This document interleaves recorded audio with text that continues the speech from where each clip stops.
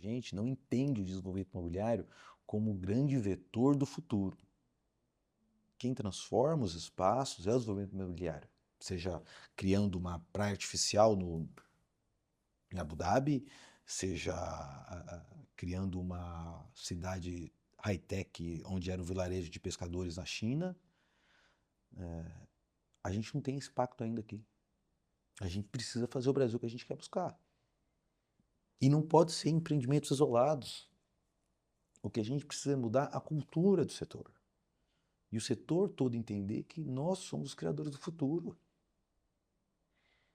A gente precisa desenvolver esse futuro. E não é fazendo desenvolvimento só para alta renda. Não é fazendo piscina de onda para rico. Que a gente vai mudar a história do Brasil. Não vamos. Será que o mercado imobiliário tem essa consciência?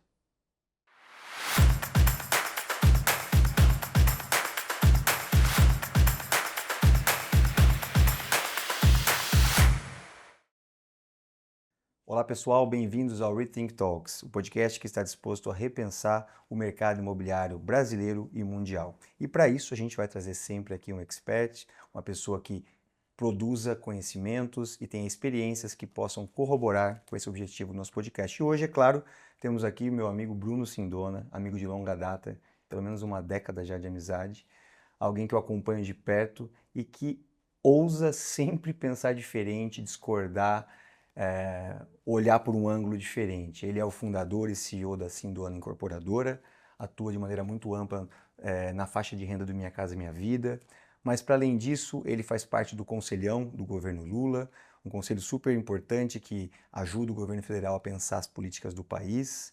Ele também foi parte da Forbes Under 30, dos caras mais admirados ali, abaixo de 30 anos. Também ganhou um prêmio da Folha de São Paulo como empreendedor social do ano. Enfim, uma série de qualificações. E um cara que sempre me provocou para sentar aqui nessa cadeira para falar sobre isso. Bruno, não poderia começar diferente essas séries de conversas do que com você. É um prazer ter você aqui com a gente hoje. Obrigado, eu fico muito feliz de estar aqui como primeiro. A gente tem uma amizade que vai para muito além do mercado imobiliário, a gente tem uma proximidade íntima, digamos assim, Verdade. e não tem ninguém melhor para estar sentado nessa cadeira do que você, porque se tem alguém que vive o mercado imobiliário global, é você. Se tem alguém que conversa com pessoas, é você, porque conversar não é falar. Conversar é, acima de tudo, escutar. E você é um dos melhores escutadores que eu conheço. Com as perguntas certas, a sua capacidade, até acadêmica que você tem, incrível. Eu tenho certeza que você vai conseguir chegar nesse objetivo de repensar o mercado imobiliário. O mercado imobiliário, ele parece óbvio, porque nunca para de ter obras aí, então parece que a gente sabe para onde está indo. Uhum. Mas não necessariamente é assim. Talvez a gente tem que parar um pouco, se preocupar com o meio de como a gente faz essas obras e mais com o porquê, do porquê estamos fazendo essa obra. Eu acho que, principalmente, imaginando o mercado imobiliário do Brasil, mas não só do Brasil hoje, o mercado imobiliário do Ocidente, a gente está um pouco sem propósito. O mercado está vivendo do micro, até por conta de desafios, a gente pode aprofundar. Mas isso faz com que o seu podcast, programa seja necessário nesse momento. Espero que você continue, tenhamos bastantes interações aqui. Eu estou sempre à disposição. Me sinto muito feliz de estar aqui com você. Não, eu fiz questão de começar por você, porque acho que de muitos anos de conversa, você sempre me provocou a buscar esse espaço de diálogo, para que a gente possa pensar caminhos diferentes no mercado, caminhos diferentes como um todo no mercado imobiliário. Mas antes de a gente começar nessa parte, acho que muita gente te conhece, mas para aqueles que não te conhecem, quem é o Bruno? Para além do CEO da Sindona Incorporadora, quem é o Bruno? Você sabe que uma vez eu fiz uma terapia numa floresta, né, e fiquei olhando para uma fogueira umas 12 horas tentando responder essa pergunta. E aí tinha um ritual lá de passar essa floresta para uma outra pessoa que ia continuar o processo. E aí era uma garota que estava deitada assim, era tipo acampamento. E eu fui acordar ela para fazer essa transição, né? E ela acordou assim, assustada, e falou para mim: quem é você? Eu falei: putz, não respondi ainda, voltei para a fogueira para tentar fazer Seguir na essa, busca. essa reflexão. Eu acho que talvez o meu objetivo seja, até o final da minha vida, ou pelo menos dessa vida, descobrir essa pergunta. Mas, se eu posso dar uma resposta temporal, né, que serve para Quem agora, é o Bruno hoje? que é o Bruno hoje. Hoje eu sou o que os americanos falariam de believer, né? Na falta de uma palavra para traduzir em português, mas é algo entre o sonhador e o realizador, mas dentro disso com muita fé, né? Fé no futuro, fé em Deus, fé em mim, fé nas boas coisas. Eu tento me significar como um guerreiro do bem aí, apanhando, aprendendo,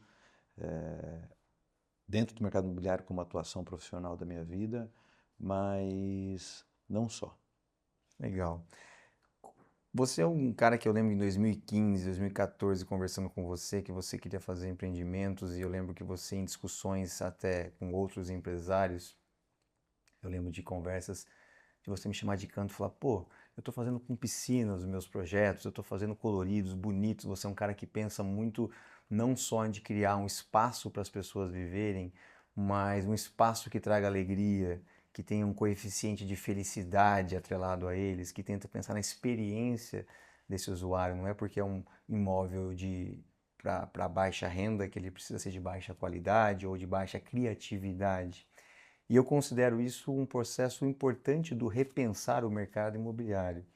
Eu queria que você passasse para a gente um pouco como é esse processo na sua cabeça, desse repensar em termos de produto, que eu acho que uma das coisas que você faz mais bem feito é ter ousadia de chegar, olhar para um projeto e falar: não, dá para fazer isso aqui sim, não, a conta vai fechar aqui, pensar um produto diferente, pensar nessa experiência diferente.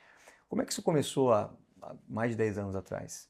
Sabe que depois de uma caminhada muito longa, eu me descobri no lema da faculdade de Milão, né? Da Universidade de Milão, numa tradução grosseira, é que não existe ética sem estética. O Brasil, o mercado imobiliário brasileiro, principalmente Minha Casa Minha Vida e tudo que a gente fala de periferias, não prima pela estética. Por quê? Porque entende, na maioria dos casos, que a estética é um supérfluo dentro do processo do desenvolvimento das cidades, da casa das pessoas, né?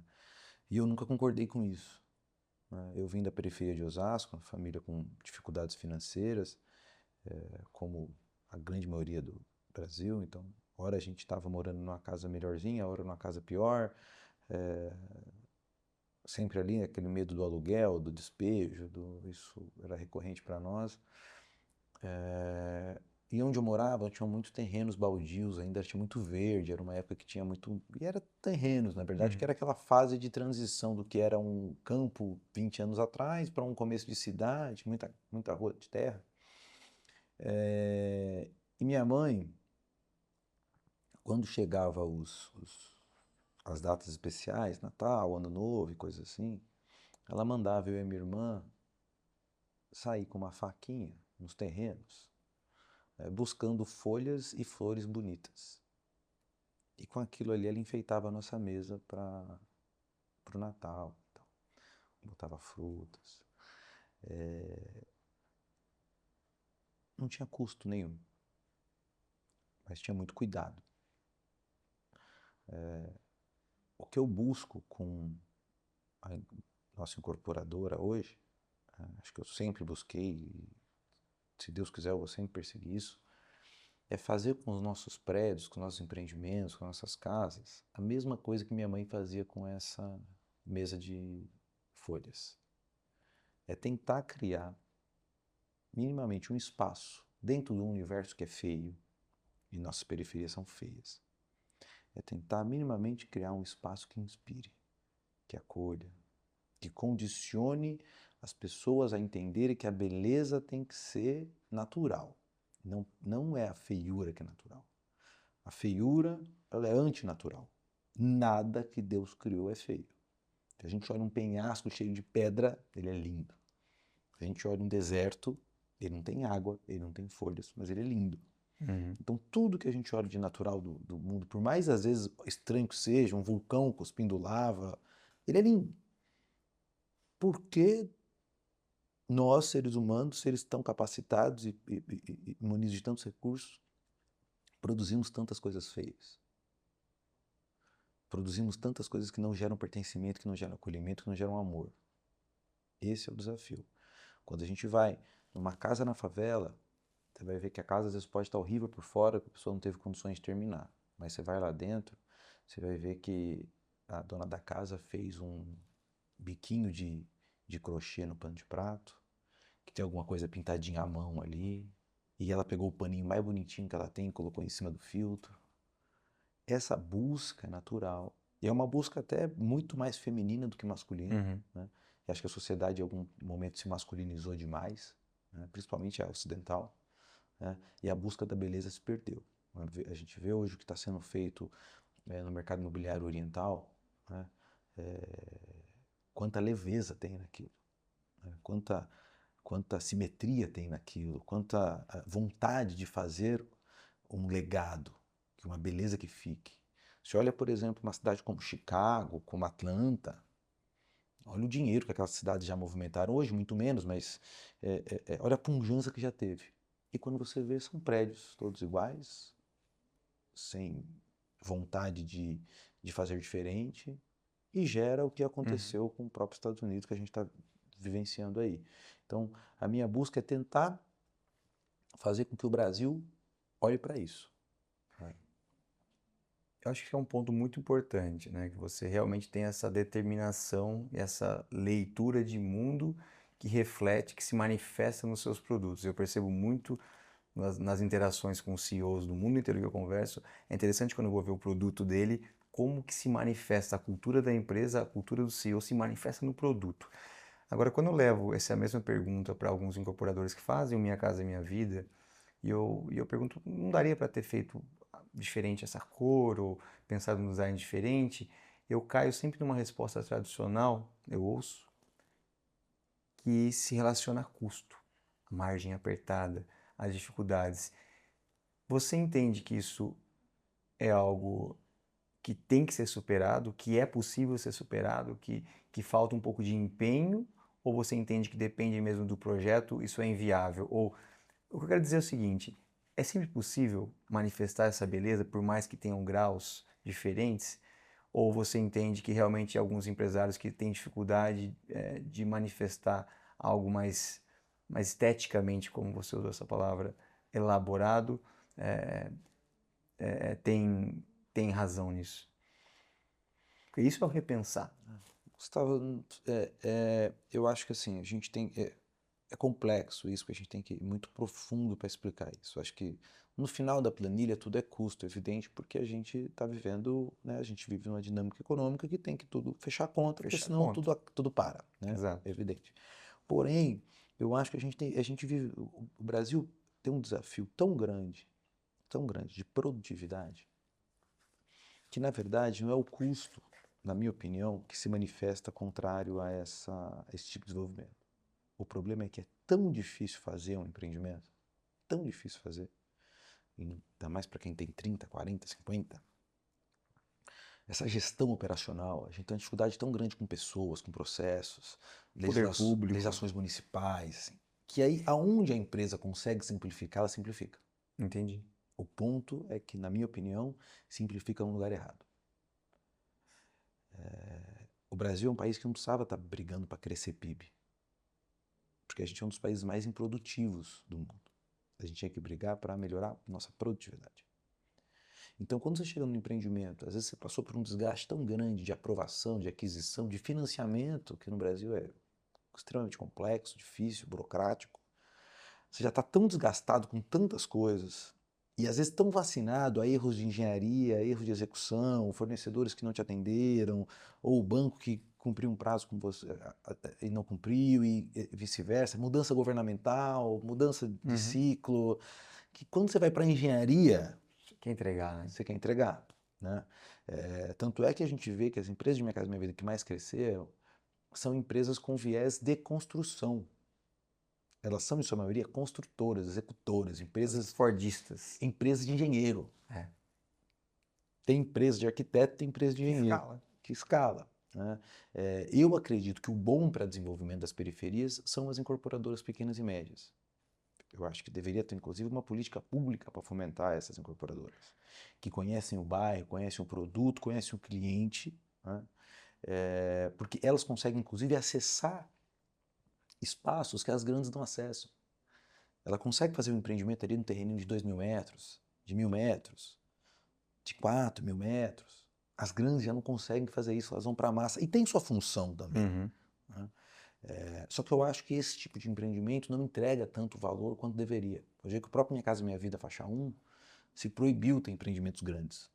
Foi provado que não funcionou. Né? Empreendimentos com 3, 4, 5 mil unidades. Não faz sentido. Você não gera pertencimento. Imagina você. Você tem uma filha incrível. Imagina se você morasse num empreendimento com 2.000 unidades, ela ainda não alfabetizada, e ela vai brincar no parquinho. Esse empreendimento tem 30 torres, todas pintadas de bege, com o mesmo calçamento, e ela ainda não é alfabetizada. Como que ela volta para casa? Então ela está morando dentro do empreendimento e ela não tem referencial.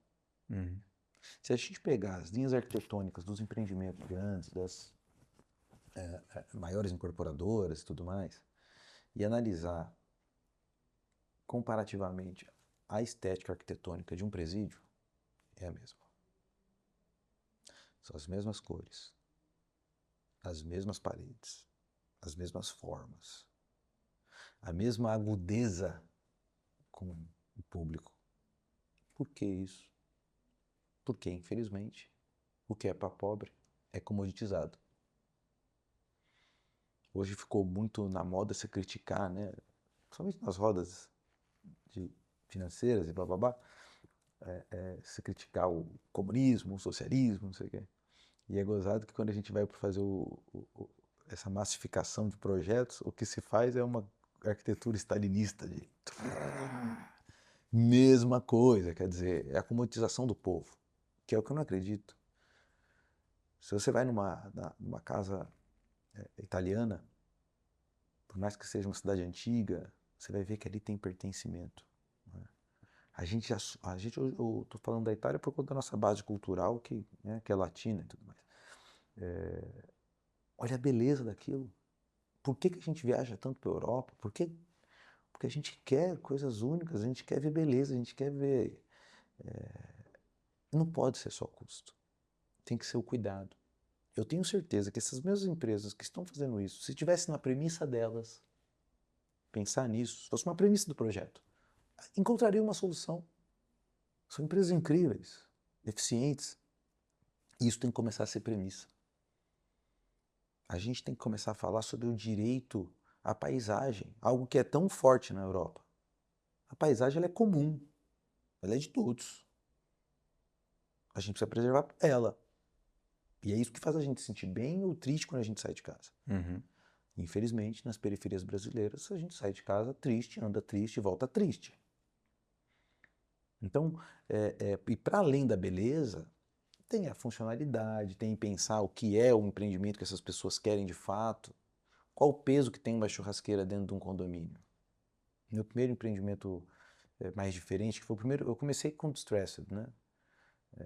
Por acaso da vida, caí num Distressed lá, ainda garoto, tiramos aquele negócio do buraco, que eram 32 unidades. Isso foi logo, assim que a gente começou, o Lehman Brothers quebrou, veio aquele pau enorme, e aí, graças a Deus, depois veio Minha Casa Minha Vida. O pessoal me pergunta por que eu estou no Conselhão, não sei o que, assim, minimamente já estaria no Conselhão porque eu devo essa pro Lula. Porque quando veio Minha Casa Minha Vida, ele me tirou do buraco, que é um buraco que eu nunca mais quero voltar. Mas nesse começo, quando a gente olha para trás e vê tudo que a gente fez, mas que a gente fala assim, pô, como que a gente começou lá atrás? Por que que a gente começou? Eu não comecei para ter uma incorporadora. Eu comecei para resolver um problema. Só que eu era um menino periférico resolvendo um problema. Então a gente criou uma incorporadora do avesso. Eu fui lidando com distressed até meu sexto empreendimento. Meu sexto empreendimento, eu já pude de fato projetar. Empreendimento robusto. Uhum. Um terreno de 736 metros. Fiz 50 unidades. Como é que eu vendo isso, cara? Não tem área de lazer. 700 metros. Já sei. Vou meter um varandão maior e uma churrasqueira a carvão. Porque fazer um churrasco é legal pra caramba. Aí fizemos umas contas lá, não sei o que, encaixou. Apanhamos pra burro ainda na época pra fazer a churrasqueira, porque a engenharia errou o cálculo de vazão da fumaça. Foi um caos. Bom, nós conseguimos. E de lá eu parti para projetar. Né? Esse empreendimento, inclusive, me impulsionou a projetar um maior. A gente foi fazer um empreendimento de 186 unidades. E aí, até então, aquele momento, todos os empreendimentos que eu tinha feito eram beges. E aí eu passei por uma cena, no primeiro empreendimento que a gente começou, um dia a gente chegou, era um empreendimento faseado, né? E um dia a gente chegou lá, tinha uma senhora, ela decidiu que deveria pintar na casa dela, ela pintou o apartamento térreo dela de laranja por fora. E aquilo me deu um estalo. Nada provava para ela que o apartamento dela não poderia ser pintado, porque ela não se sentia identificada naquele monte de apartamento. E ainda conversando com ela, assim, mas que a senhora, se todo resolver pintar? Ela falou, que pintem. Cada um de uma cor. Eu falei, ela tem razão. Resolveu lá a situação, porque era impossível fazer aquilo, né? Pintaram de volta, mas o próximo empreendimento que eu fiz um empreendimento de fachadas. As varandas das fachadas dos prédios eram colaborativas. Então, cada família podia escolher a cor da sua varanda. E ela receberia o apartamento daquela cor. Eu já teria que pintar as varandas. Quanto custa para mim fazer isso? Escolher a cor diferente, distribuir nos apartamentos a tinta. O empreendimento na época tinha 44 milhões de VGV. Estou falando de 2015. Quanto custa isso? Uhum. É precificável. Na época o empreendimento devia ter uns 20 milhões de custo. E aí de lá para cá a gente começou a implementar cores nos nossos projetos. Todos são coloridos, todos têm cores e tal. Mas por que colorido? Porque é a cor que gera o pertencimento. Você passa no Minha Casa Minha Vida bege, olha para a janela da pessoa, ela vai estar com uma cortina vinho, azul. Porque isso é pertencimento. É o jeito barato que as pessoas têm de manifestar pertencimento. Não é à toa que você vai hoje para a periferia, os moleques estão todos tatuados da cabeça aos pés. Eles querem identificação. Bruno, você citou, acho interessante isso, né? Como que nasce o processo criativo, como nasce a transformação, como nasce a inovação? Ela nunca nasce de um momento ordeiro e do mesmo. Você tem que ter alguns momentos na vida em que alguma coisa acontece, e aí você tem duas opções. Ou você volta à ordem, ou você abraça o caos, entende o que aquele pequeno caos te gerou e você vai buscar uma inovação. Talvez a postura de muitos incorporadores ao ver aquela fachada laranja dessa senhora que você descreveu seria mandar o advogado lá, resolve, não vou nem parar para pensar. Talvez você estava aberto a sentir aquilo diferente, né? Tem uma parte de intuição, uma parte de reflexão ali também, né? Eu queria te buscar com você algum exemplo das interações com as famílias que consomem o seu produto. Obviamente, como qualquer empresa, como as minhas empresas têm os seus desafios de execução, etc. Todas as empresas têm, mas a gente tem também muitas histórias interessantes de como a percepção do nosso cliente final mexe com a gente e incentiva a gente a seguir alguns caminhos ou que a gente acreditava ou nos leva a aprofundar alguns outros caminhos, né? Tem alguma história que você considera que foi ou transformadora ou que que foi um combustível que acelerou um pouco a sua visão desse propósito de pensar o ambiente em que as pessoas vivem de uma maneira diferente? Hugo, acho que para mim é difícil dizer isso porque eu sou um privilegiado do meu acaso, do meu caos. Dificilmente alguém com a minha trajetória, com o meu ponto de partida, vai estar sentado na cadeira que eu estou sentado hoje. Então eu brinco que eu tenho 36 anos. Eu tenho 36 anos de MBA em periferia, em povo, em gente. Eu vim da periferia, eu tenho meus amigos da periferia, eu fui criado com essa estética, eu fui criado com essa percepção. Para mim, é algo que às vezes parece disruptivo. Para mim é natural. Eu sei o que minha avó queria. Quando eu coloco, por exemplo, eu fiz um empreendimento agora, que a gente entregou um tempo, que eu fiz uma homenagem à minha avó. Minha avó, mulher do Vale de Jequitinhonha, criou 6 filhos sem marido, o avô faleceu cedo. Ela pegou a casa da família, fez uma pensão e morava nos fundos com os filhos. Assim ela criou os filhos, depois veio para São Paulo. Botou os filhos todos em cima de um caminhão de laranja e veio para São Paulo. E eu, na minha infância, eu tinha uma horta com a minha avó. No quintal de casa, minha avó morava perto, ela descia, a gente tinha uma horta junto, a gente plantava junto. Dava briga pra caramba eu e ela. Mas era um amor de gato e rato, por conta da gestão da horta. E ela já idosa, e eu lembro o quanto ela reclamava de dor nas costas por estar abaixada mexendo na horta. E outra coisa que deixava ela possessa da vida, cachorro ia fazer cocô na horta. Poxa vida. Sacanagem, né? Né? Por mais que seja nutritivo em certo aspecto, não É ajuda. legal. E a gente fez uma horta no empreendimento, e a gente começou a fazer assim a partir de agora, que é uma horta suspensa, ela está a 1,20 m do chão, né? E a gente faz um canteiro suspenso, né, com blocos de concreto, e aí planta em cima. Isso para o idoso é disruptivo. Eu estou falando de bloco de concreto e terra. Para um idoso que cuida da horta, que pega amor por aquilo, quem está em casa, que está Que aposentado, viveu num sítio, que que veio viveu para uma no cidade sítio, grande, que tem as suas memórias. que pode plantar um pezinho de boldo ali, que pode plantar um negocinho que para ele faz toda a diferença. E hoje a gente está vendo, eu gosto muito de uma frase do Krenak, que ele fala que o futuro é ancestral, tem um livro sobre isso e tal. E hoje a gente está vendo o quanto o futuro é ancestral.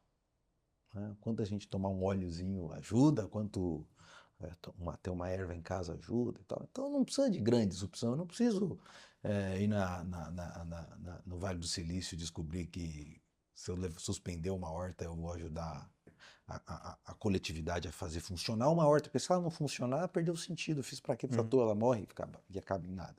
Então, esse tipo de percepção, eu acredito mais a uma habilidade humanística de observação, de cuidado, do que propriamente a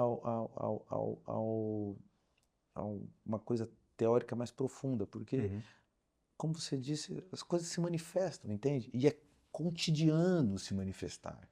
E você está atento a essa memória, a essa escuta, do que faz sentido para as pessoas, ainda mais quando a gente se propõe a criar espaços perpétuos.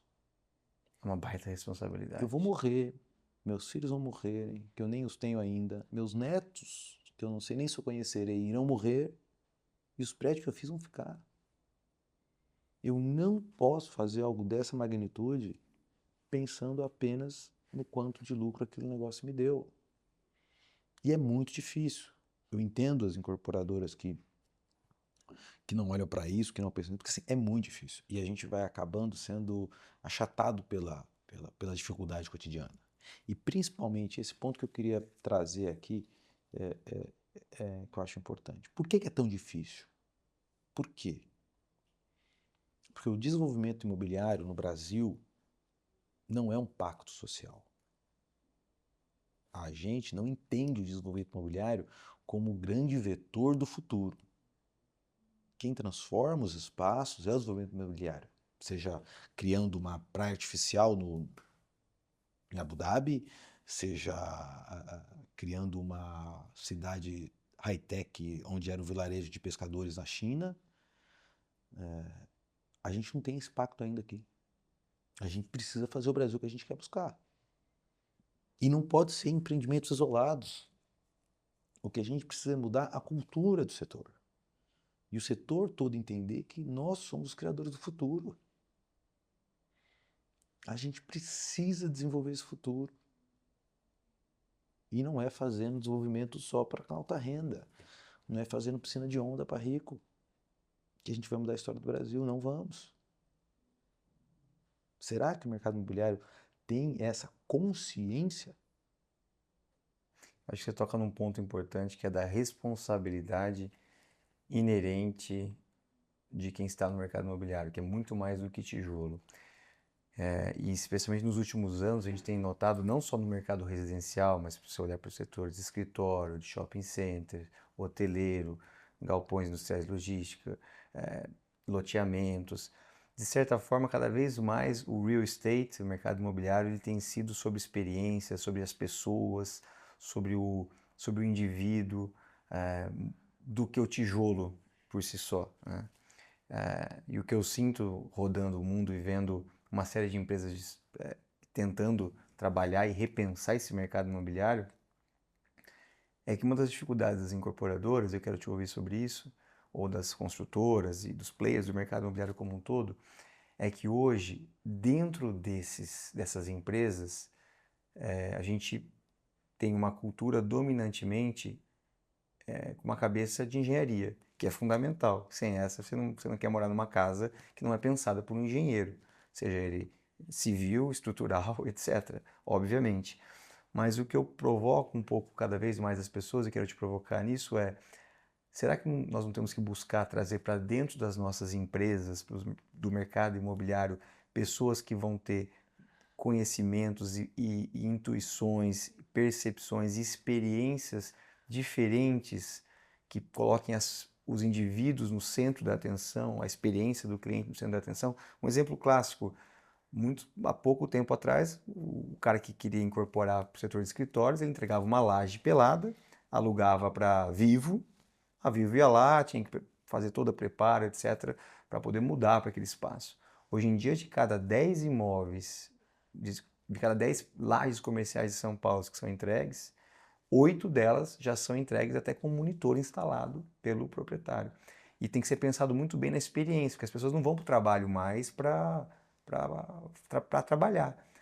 Elas vão para o trabalho porque dentro do trabalho você vai construir cultura no escritório, você vai construir colaboração, você vai construir criatividade em equipe. Ou seja, os espaços são pensados muito mais de maneira colaborativa, os formatos foram repensados.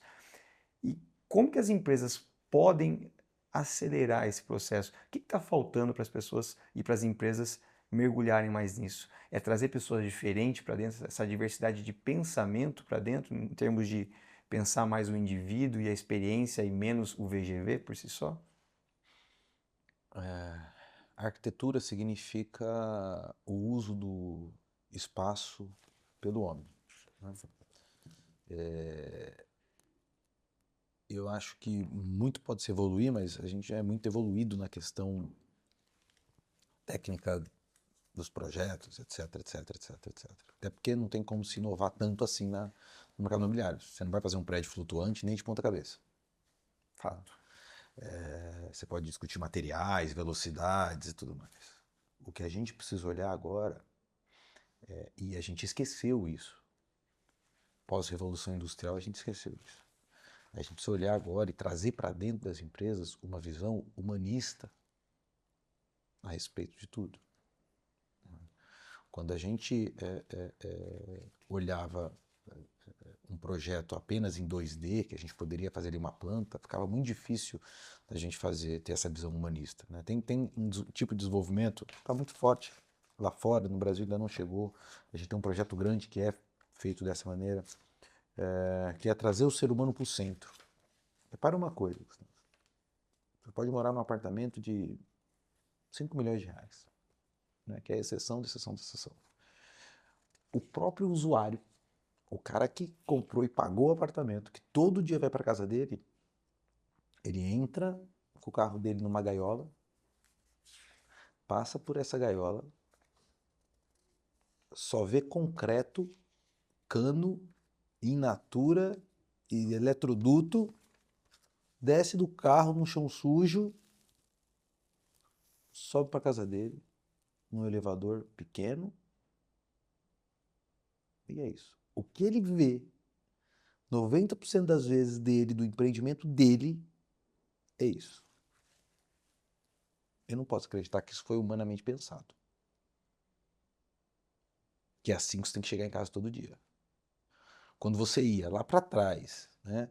E não precisa nem ir tão longe para a Revolução Industrial. Vamos lá, vamos atrás no Brasil 100 anos. Vamos em São Paulo para o bairro da Barra Funda. Você encontrava, quando você chegava em casa, você é o mesmo trabalhador. Você parava o seu carro na frente da sua casa, você entrava numa calçada que já era mais bem trabalhada, passava por um canteiro de flores, subia um corrimão trabalhado, uma casa de tijolos, com detalhes nas janelas. Você acessava uma porta toda trabalhada em madeira, com uma janelinha para sua esposa ver você chegando, saber porque ela deveria abrir a porta ou não. Né? Vamos imaginar uma vida cotidiana de 100 anos atrás. E era recebido em casa. E a mulher estava lá dentro de uma casa toda trabalhada, cheia de detalhes, com cores, né? Com entardecer. Olha quanto a gente evoluiu. Imagina a sensação dessa família às 5 da tarde quando isso desenrolava. Que hoje também essa chegada já é 8h30 da noite. É sair do trabalho, é o supermercado, aquele inferno. Como a gente evoluiu tanto? Como que a gente pode ter evoluído tanto? Como que as experiências permitimos que elas ficassem tão ruins? E eu não estou falando do milionário, não. Essa casa lá era o Minha Casa Minha Vida da época, era o torneiro mecânico. Como que a gente pode deixar isso acontecer? Você viveu muito tempo em Londres, eu tive lá na casa que você morou um tempo. Aquilo é bairro operário. Hoje pode ser outro tipo de bairro. Bairro operário. Uhum. Todas as casas lindas, todas com um jardinzinho na frente, que seja 2 metros quadrados. Mas um poste bonito na rua, uma luz agradável. Isso é vida. Olha como o trabalhador chega em casa hoje. A mulher não tem coragem de sair na rua depois das 8 da noite, tem que ver, programar para sair, porque é muito escura a rua, porque ela vai pegar o ônibus, porque não sei o quê. Mulher no Brasil, nas cidades brasileiras, vive em constante estado de alerta. Quem consegue levar uma vida boa com constante estado de alerta? E como isso não é uma pauta? Como que eu posso ter uma trabalhadora, em qualquer que seja o local que ela esteja, trabalhando, um shopping, por exemplo, que ela vê a nuvem preta se aproximando, a gente está passando por um período de mudanças climáticas, fortíssimas chuvas, essa loucura, e ela sabe que a casa dela alaga. Você quer que essa mulher viva como? Como é que ela vai lá produzir o que seja lá o que ela está produzindo? E por que ninguém fala sobre isso? Às vezes eu me sinto sozinho, um dos poucos. Normalizou-se algumas coisas, né? Recentemente eu estava em Dubai e uma das críticas de Dubai é que é tudo muito falso. Tudo é feito de maneira falsa, que era um deserto, tudo falso. E eu levantei essa crítica para um grande investidor da região, que mora lá há muito tempo. E a resposta dele foi: olha, o que vocês estão criticando com relação aqui? Vocês estão criticando que a rua é limpa? Vocês estão criticando que existe moradia de qualidade para boa parte da população? Mesmo os mais pobres, eles moram melhor do que eles moram na Índia, no Paquistão, eles moram melhor ali. E de fato, vocês estão criticando, você está achando que é falso o aspecto de ter muita segurança na rua, porque realmente é um lugar extremamente seguro, talvez o mais seguro do mundo hoje. E a resposta dele para mim foi: por que eu tenho que me adaptar? Por que nós temos que ser igual ao resto para ser normal? Isso deveria ser o normal. Eu acho que é um pouco isso que você está dizendo. E eu acho que essa capacidade nossa de normalizar e achar que é normal vivermos nesse estado é algo que Que era o normal. Se todo mundo sabe aqui quem é Jack Stripador. Uhum. Um cara que viveu 200 anos atrás e praticou crimes. Hoje a gente tem Jack Stripadores todo dia aparecendo no jornal E normalizamos. e normalizamos, que a gente nem sabe o nome, nem da vítima nem do cara. Porque a gente normalizou ter esse tipo de absurdo. Isso acontece com as cidades. Porque as cidades não é algo técnico de engenharia. A cidade é onde as pessoas vivem, em um momento. Sabe que a raça humana se define como humano a partir do momento do primeiro fêmur calcificado. Né? Você deve saber essa história melhor do que eu. Isso quer dizer que em algum momento a gente, como grupo, decidiu cuidar de alguém que quebrou a perna. Né? Uma fratura de fêmur até aquele momento era sentença de morte.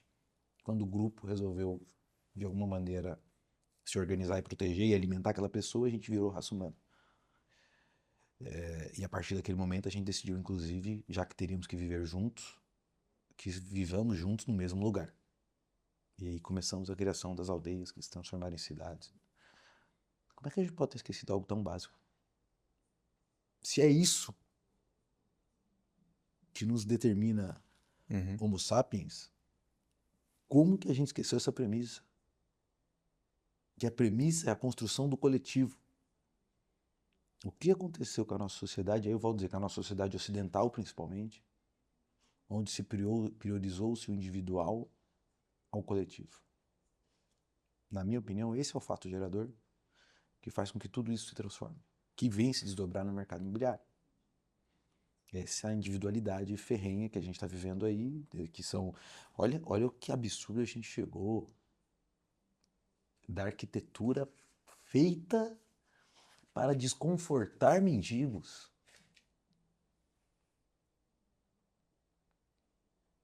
Que mundo que a gente vive? Numa sociedade que se diz, inclusive, cristã, 93% dos brasileiros se declaram cristãos, que declaram religião, declaram cristãos,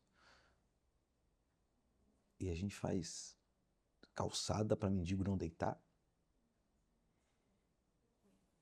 A gente instala pedregulho embaixo de viaduto. Não é possível que isso está certo. Eu acho que essa conversa, ela começa muito, essa série de conversas aqui, mas essa aqui inicial, eu quis trazer por isso mesmo, porque eu acho que o nível de repensar o mercado imobiliário, ele não é só o mercado imobiliário, mas é a sociedade como um todo, porque o mercado imobiliário e a sociedade são absolutamente entrelaçados. E aí eu tenho um lado muito pragmático, a gente fala muito disso, né? Você é o cara visionário, eu sou muito bom de executar algumas ideias assim, e talvez menos criativo que você para Meu muita sonho é ser o coisa. sócio. Um dia você Um ser dia o sócio. seremos. E eu aqui na minha cabeça te ouvindo, eu fico pensando, talvez as pessoas em casa ficam pensando assim, legal, esse papo é bom, tá, mas como é que a gente faz isso acontecer, né? Acho que passa por o primeiro passo é ter conversas sobre isso, né? Mas você acha que nós temos alguma chance de dar certo como sociedade e caminhar por esse caminho que parece tão óbvio quando a gente fala sobre isso, mas quando a gente vai para a prática para implementar, é tão sofrido e tão difícil fazer acontecer? Tem um poema que eu gosto que ele fala assim: a diferença entre fazer e não fazer, querer. Acho que o primeiro passo é querer. Como é que a gente deseja, como é que a gente instala o que? Acho que esse é o ponto. Como é que a gente vai instalar esse querer nas pessoas que têm a capacidade de fazer acontecer? Porque não é simplesmente qualquer um. Reflexão é querer, é amar ao próximo como a ti mesmo, é não querer pro filho do outro que você não quer pro seu. Se você imaginar lá na frente que seu filho pode vir a ser um mendigo, você não vai instalar. Né? Às vezes o cara que tem um problema com o filho com droga está projetando uma calçada desumana dessa. E a gente sabe o que leva a maioria das pessoas para a rua. Pode ser filho dele, mãe. A gente perdeu esse clique. Pensar que podia ser a gente. Podia ser o nosso filho. Podia ser o filho que você nem tem. Esse é o grande ponto. E a gente precisa disso para salvar a sociedade. Olha, a gente seguiu muito o modelo americano, principalmente o real estate brasileiro, é muito americanizado. A gente não buscou um real estate brasileiro. Não existe essa reflexão. A gente não mergulhou na nossa sociedade, nossa cultura para entender o que a gente gosta, o que a gente deve fazer para nós. A gente copia muito modelo. E olha o que aconteceu com a sociedade americana.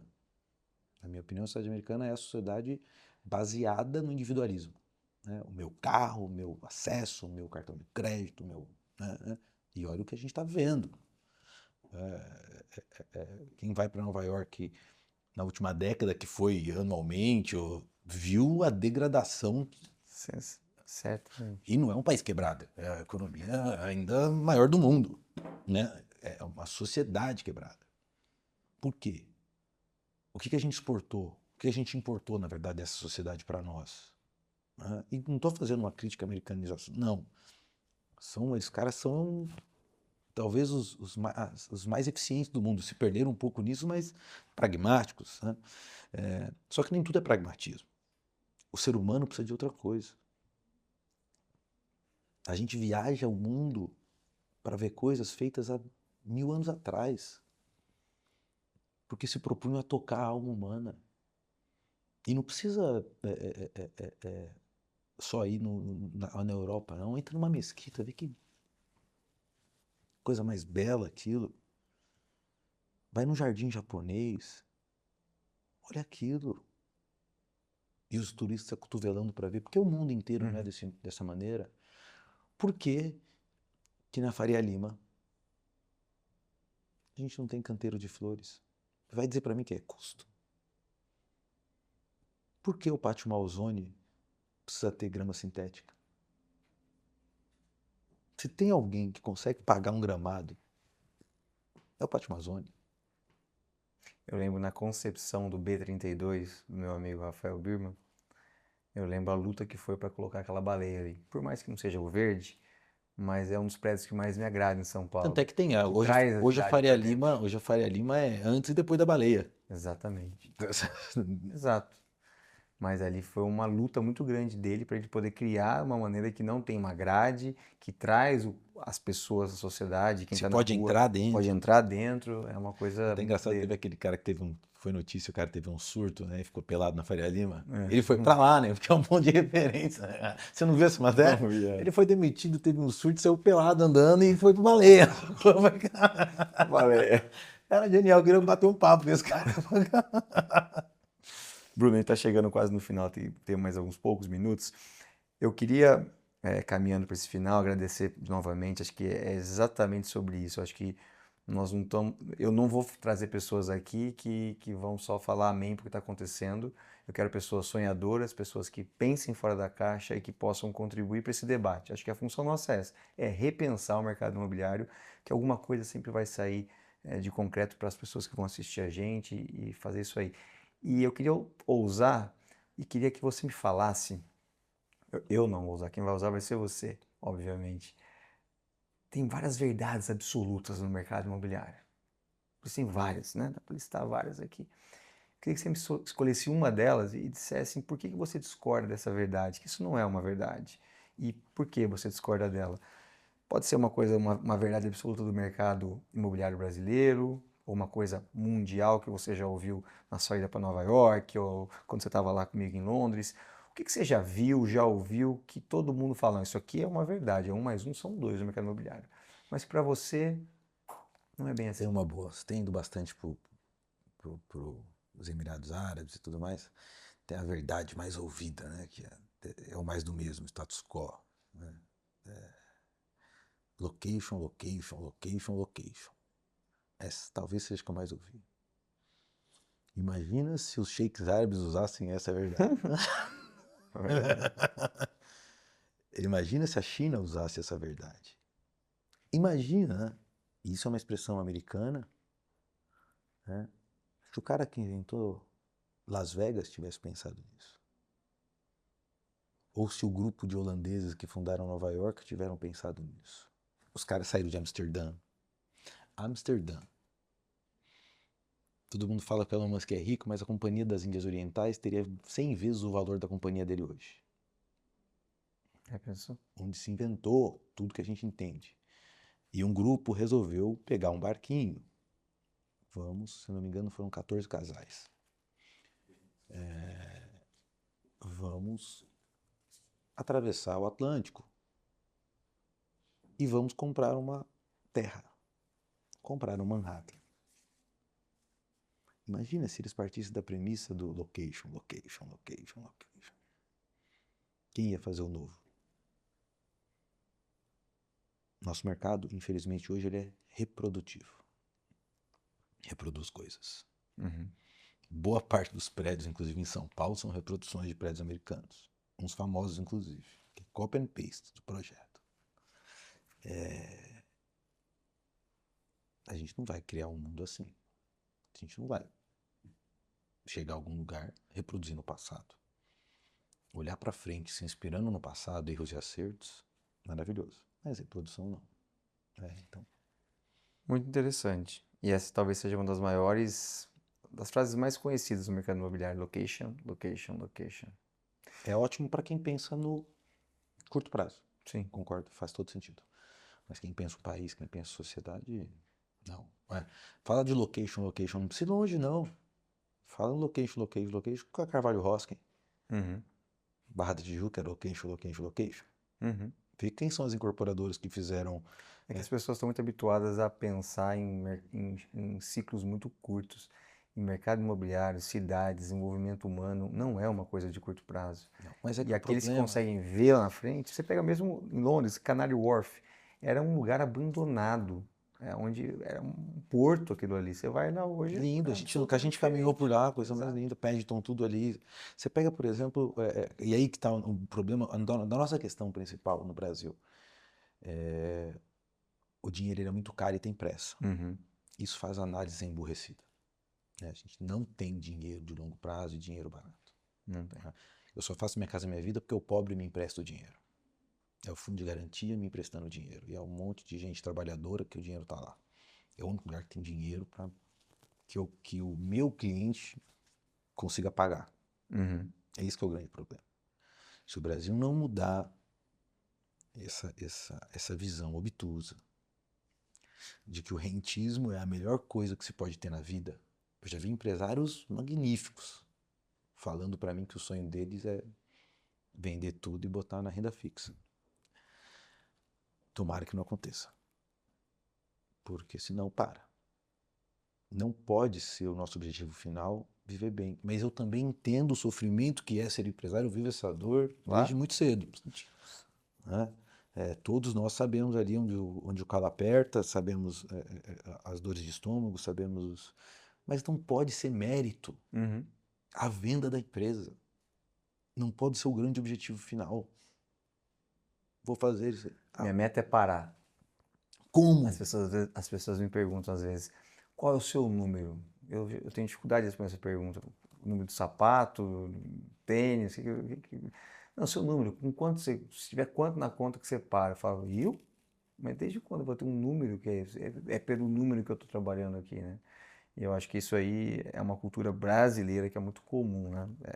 De viver da renda, de estar acostumado com esses juros altos e traz um empobrecimento para o país imenso, né? Que é o grande fator de aprofundamento da desigualdade brasileira. Né? O brasileiro, infelizmente, o brasileiro médio, ele sonha com o dia, parece aquele português que veio para o Brasil arrastado e sonha com o dia retornar para a pátria-mãe. Uhum, Ele está brasileiro, o sonho é ir para a Europa. uhum. Bruno, muito legal o papo até aqui. Vamos para uma parte final, que eu acho que um ping-pong rápido, que eu quero passar por alguns pontos com você. Você falou muito de empresários e que você conversa, etc. Você conhece muitas pessoas. Qual que é a sua maior inspiração como empresário no mundo dos negócios? Tem alguém? Jesus Cristo. Tá certo. Tem algum hobby que você tem aí que você acha que te ajuda nesse seu dia a dia corrido, série de pressões em ser empresário no Brasil? Conversar. E tem algum filme ou alguma série que você recomenda? Atualmente,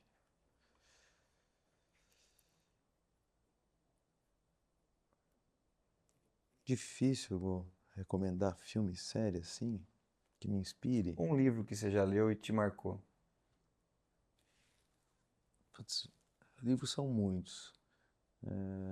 Ultimamente eu tenho lido um livro recorrentemente, mas é livro chato para a pessoa. A Utopia, um livro de 1506, é a criação do conceito de utopia. Vale a pena. E qual foi o melhor conselho que você já recebeu?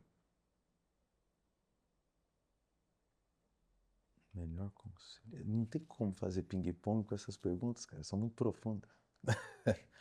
Acho que o melhor conselho que eu já recebi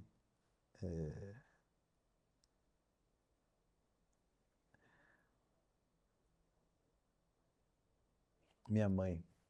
Minha mãe já é falecida e a gente compartilha dessa dor, né? Ela me deu um conselho, ainda muito criança, e ela falava assim pra mim, não quero parecer carola demais, mas ela fala, filho, Deus fala baixo, o diabo fala alto. Então, ouça sempre a sua intuição, aquela vozinha que está falando baixinho com você e não sai da sua cabeça, aquilo é Deus. E ela me explicou isso muito pequeno, e talvez tenha sido o melhor, talvez não, com certeza foi o melhor conselho que alguém pode ter me dado. E muito disso que a gente falou aqui hoje, muitos dos meus projetos, vem desse conselho.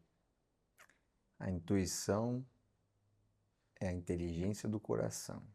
Me falaram esses dias. É um bom conselho também. E ela fala também a respeito disso, né? Do óbvio, esse barulho que vem da rua, esse som ensurdecedor, a gente ter capacidade de não ouvi-lo. Isso é um desafio. Isso também é um hobby, se ouvir. Ótimo. Por fim, tem alguma coisa que eu não te perguntei que você acha que eu deveria te perguntar? Ou cobrimos tudo? O que eu tô fazendo aqui? Eu ia abrir com essa pergunta. É? Sabia? Sério? Sério, cara. Faltou então. O que você tá fazendo aqui? Primeiro, tô aqui porque eu amo você. É um irmão que a vida me deu e me inspira muito. Boas reflexões, boas conversas, boas críticas. Acho que esse é o fator principal de eu estar aqui. E segundo, e não desconectado disso, é porque eu acredito que só juntos poderemos fazer coisas incríveis. E espero estar junto de todos esses que você vai convidar para vir para cá. Espero que você faça, depois de, sei lá, uns 10, 30, faça um happy hour com todos que vieram. Com certeza. Organize isso. Os bons têm que se juntar. Os maus sempre estão juntos, né? É engraçado que nunca desbarataram uma quadrilha do bem. Os caras estão reunidos para fazer uma coisa boa. Não, não tem. Não tem. A gente precisa começar a fazer essas quadrilhas aí. Bruno, eu quero te agradecer. Uma conversa muito inspiradora. Eu tenho certeza que para quem acompanhou a gente também gostou muito. Acho que a gente não. Grandes mudanças não são fáceis, mas elas começam com esse tipo de diálogo. Se você gostou, eu convido você a se inscrever nesse podcast, seguir a gente, que eu vou sempre me comprometer a trazer pessoas brilhantes, interessantes, inteligentes, para que a gente possa juntos repensar o mercado imobiliário. Obrigado e até a próxima.